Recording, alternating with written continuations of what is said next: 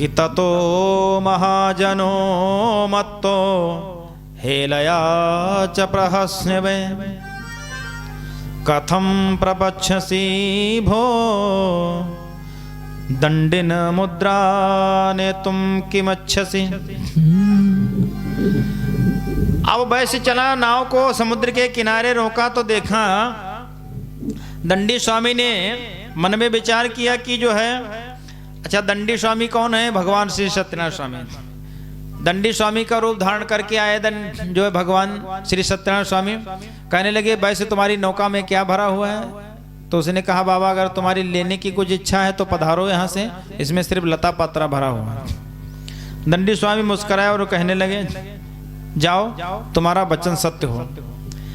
एक कह करके जब उसने संध्या वंदन के पश्चात देखा कि नाव उतराई है तो नाव को खोल के देखा तो उसमें वास्तविक में लता पात्र ही भरा हुआ है। अब तो रोने लगा, ना जाने किस माया से मेरा धन हरण कर लिया गया। जामाता थोड़ा बुद्धिमान था, उसने कहा कि पिताजी तुमने दंडी स्वामी से असत्य वचन कहे थे, इसी कारण से ऐसा हुआ है, चलो उन्हीं की शरण में चलते हैं। दंडी स्वामी की चरणों में गिर गया, बार बार प्रणाम किया कि दीन दयाल बिरदु संभारी हरहु नाथ मम संकट भारी। हे प्रभु आप तो सर्व ज्ञाता हैं, आपकी माया में तो शिवाद ब्रह्मा भी मोहित हो जाते हैं, मैं आपकी माया को समझ नहीं पाया। भगवान मुझे क्षमा करें ही दीनों के हितकारी। सूत जी कहते हैं कि जब वो दंडी स्वामी ने कहा था कि वैसे तुम्हारी नाव में क्या भरा हुआ है, तो अगर वैसे कुछ दे देता 1-2 मुद्रा तो उसका कम नहीं पड़ता, उसके पास बहुत धन था। कहते हैं कि हम लोगों को एक शिक्षा ग्रहण करनी चाहिए। अगर कोई हमसे कुछ मांगने आता है तो बहुत लोग कहते हैं कि हट्टा कट्टा बने हो भैया, भीख काहे मांगते हो, कुछ काम करो। अब अगर हम इसको दे देंगे तो ये पता नहीं मदिरा पी जाए, क्या करे, खुराफात में लगा दे। तो हम लोगों का काम ये गणित लगाना नहीं है, हमारा सिर्फ कर्तव्य ये है कि इसने मांगा मैं इसको दे दूं।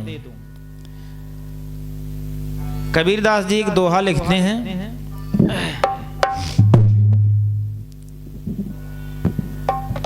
कहते हैं कि कबीरदास जी बताते हैं कि जो मांगना है ना वो मरने के बराबर है। मांगना जो है मृत्यु के बराबर, मांगना बड़ा कठिन कार्य होता है। कहते हैं अगर वैसे दे देता था उसका कुछ कम नहीं हो जाता, परंतु हम लोग कहते हैं कि दे देंगे तो मदिरा पिएगा, तो हम इसमें गणित ना लगाएं। देखो जो हम भिक्षा के रूप में किसी को देते हैं वो दान नहीं कहता है, वो परहित में जाता है। एक दान होता है, एक परहित। परहित जो है, परहित सरस धर्म नहीं भाई, रामचरितमानस में भी वर्णन किया है तुलसीदास जी ने। परहित का कार्य हो, दान नहीं है, क्योंकि परहित धर्म है और धर्म के कार्य में हम सहयोग कर रहे हैं। तो मदिरा पिए कुछ भी करें मुझे दोष नहीं लगेगा जब तक हम संकल्प युक्त दान न करते हैं। अगर हम किसी संकल्प देख करके दान कर रहे हैं, वो फिर उसे व्यभिचार में खर्च करेगा तो मुझे पाप लगेगा, लेकिन अगर भिक्षा के रूप में दे रहे हैं तो मुझे पाप नहीं लगेगा। अच्छा सुनो, हम गणित बहुत तो सब लोग लगाते हैं। जैसे एक रुद्राभिषेक कर रहे थे तो किसी ने कहा इतना दूध क्यों बहाते हो, सब नाली में जा रहा है व्यर्थ में, तो किसी को दे दो, पी जाए तो पुण्य मिलेगा।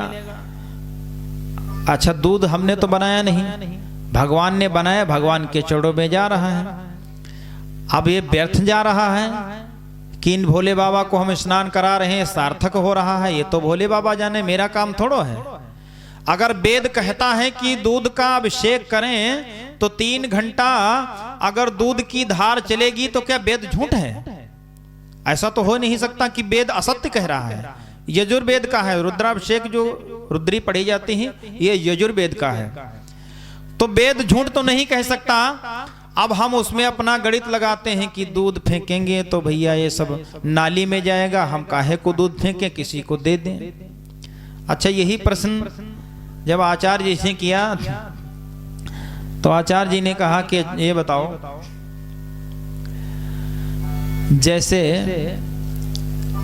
कोई आप इस समय युवा हैं, उसके बाद आप वृद्ध हो जाएंगे। बोले हाँ महाराज जी हो जाऊंगा। दृष्टांत से समझते हैं। तो बोले फिर उसके बाद जब आप वृद्ध हो जाएंगे, आपने बहुत सा पैसा इकट्ठा किया, अपने जीवन में मकान बनाया, बिल्डिंग बनाई, खड़ी किया, व्यापार, बैंक बैलेंस आदि किया, पढ़ाया लिखाया बच्चों को। उसके बाद भगवान न करे आपके कैंसर हो जाए। कैंसर हो जाए, डॉक्टर कहें 20 लाख लगेंगे, ऑपरेशन करना पड़ेगा। लेकिन डॉक्टर कहें कि भैया गारंटी नहीं है कि ठीक हो जाएंगे, मर भी सकते हैं। तो वो पुत्र आपका 20 लाख जब डॉक्टर बताएं, तो आपका जो लड़का है वो ये आपसे कहे कि पिताजी ऑपरेशन में 20 लाख लगेगा, पता नहीं आप मर ही जाओ, तो इससे अच्छा 20 लाख किसी गरीबों में बांट देंगे तो पुण्य मिलेगा, तुम्हारा ऑपरेशन कराने से क्या फायदा। तो आप उस समय क्या महसूस करेंगी ये मुझे बताइए। बोले तब तो भैया लड़ाई होगी, क्यों नहीं ऑपरेशन कराएगा, मैंने जीवन में खूब कमाया, व्यवस्था की, मर गया तो क्या हुआ, उसका काम है भाई करवाना चाहिए ऑपरेशन, क्यों बांट देगा। बोले जब मर ही जाओगे आप तो बांट देना चाहिए गरीबों में, क्योंकि वो पुण्य मिलेगा। बोले महाराज ये तो नहीं ठीक बात है। बोले उसी प्रकार से कि जिस प्रकार से हमें कष्ट होगा हमारा ऑपरेशन न करवाने के बाद वो 20 लाख गरीबों में बांट दे, मुझे दुख होगा, उसी प्रकार से भगवान के प्रति ये ना हम सोचें कि ये नाली में व्यर्थ जा रहा है, इसे भिखारियों में बांट दें, इसे किसी को पिला दें तो पुण्य होगा, और इनके ऊपर डालेंगे तो ये व्यर्थ जाएगा, व्यर्थ नहीं जा सकता। उसी प्रकार भगवान ने जो इस सृष्टि में रचना की है, तेरा तुझको अर्पण क्या लागे मेरा, भगवान को हम अर्पण कर रहे हैं, मेरा कुछ नहीं, भगवान ने दूध बनाया, फल बनाया, उन्हीं को, उन्हीं के चरणों में समर्पित है, तो मेरा ये गणित लगाने का कार्य नहीं। सूत जी कहते हैं कि जब पांडव लोग जुए में हार गए थे, 13 वर्ष का जो है उनको वनवास मिला था ना, सब कुछ हार गए, उसके बाद वनवास हो, ज्ञातवास का प्रश्न आया, तो उस समय 5 पांडव भिक्षा मांग करके अपना जीविका चला रहे थे, भेष बदल करके और भिक्षा मांगते थे। एक दिन भीमसेन से कहने लगी एक बूढ़ी माता कि बहुत मोटे ताजे लगते हो, दुखी तो नजर नहीं आते हो, भिक्षा क्यों मांगते हो, कोई काम करो। तो भीमसेन ने हाथ जोड़ा कि माता जी किस कारण से मैं भिक्षा मांगता हूं ये तो हम जाने, भगवान माता जी आपको देना हो तो दे दो, नहीं तो मैं चलता हूं। सूत जी कहते हैं कि अगर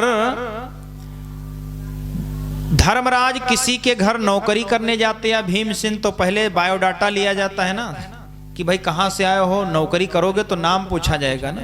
तो जैसे ही युधिष्ठिर नाम अपना बताते कि मैं हस्तिनापुर नरेश महाराज पांडु का ज्येष्ठ पुत्र युधिष्ठिर हूं, वैसे ही भैया वो साहूकार चरणों में और गिर जाता, कहा महाराज जी मुझे माफ करो, मैं आपको नौकरी नहीं दे सकता, आप तो हमारे राजा हैं, आप महाराज जाओ, मैं आपसे काम नहीं लूंगा।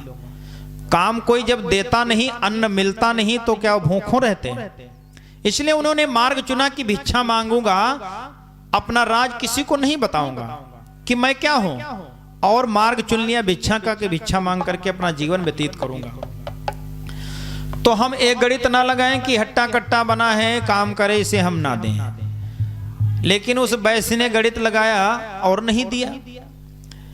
चरणों में जब निवेदन किया, भगवान ने निवेदन सुना और कहा कि जाओ तुम्हारा धन तुम्हें मिल जाएगा। वैश्य अपने नगर के लिए चल दिया। नगर के समीप जब पहुंचा तो दूत से कहा कि जाओ हमारे घर बता देना कि वैसे आ रहे हैं। जिस समय बताया उस समय लीलावती और कलावती भगवान श्री सत्यनारायण स्वामी का व्रत कर रही थी। लीलावती ने प्रसाद ग्रहण किया, उसके बाद वापस हुई कि मैं अपने पति के दर्शन के लिए जा रही हूँ, पुत्री तुम भी जल्दी से आना। कलावती कन्या ने प्रसाद नहीं ग्रहण किया और उसके बाद चल दी। जब चल दी तो देखा कि उसका पति लुप्त हो गया है, रोने लगी, चरण पादुका को लेकर के सती हो जाऊंगी अगर मेरा पति मुझे नहीं मिला, और विलाप करने लगी। तो आकाशवाणी हुई कि तुम्हारा पति कहीं गया नहीं है, तुम भगवान का प्रसाद ग्रहण करके आओ, तुम्हारा पति तुम्हें पुनः प्राप्त हो जाएगा। इस प्रकार से आकाशवाणी सुनी तो प्रसाद ग्रहण करके आए, उसके पति के दर्शन हुए। हर एक, अब तो पूर्णमासी में वो वैसे भगवान श्री सत्यदेव का व्रत कर रहा था और इस श्लोक में सुख भोग करके वो वैकुंठवासी बना। इति स्कंद पुराण एवाखंडे श्री सत्यनारायण व्रत कथायाम 3 अध्याय 5 चतुर्थो अध्याय श्री वृंदावन बिहारी लाल की।